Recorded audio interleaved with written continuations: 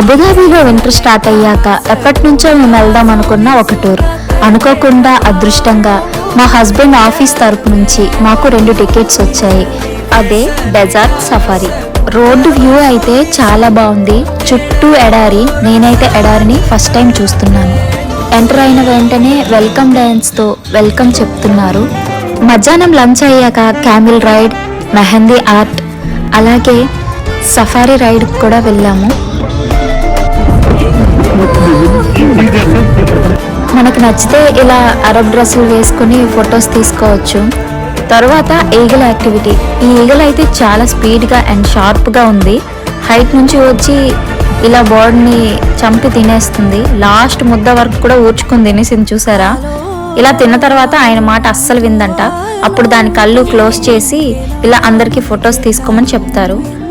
night dinner తర్వాత కొన్ని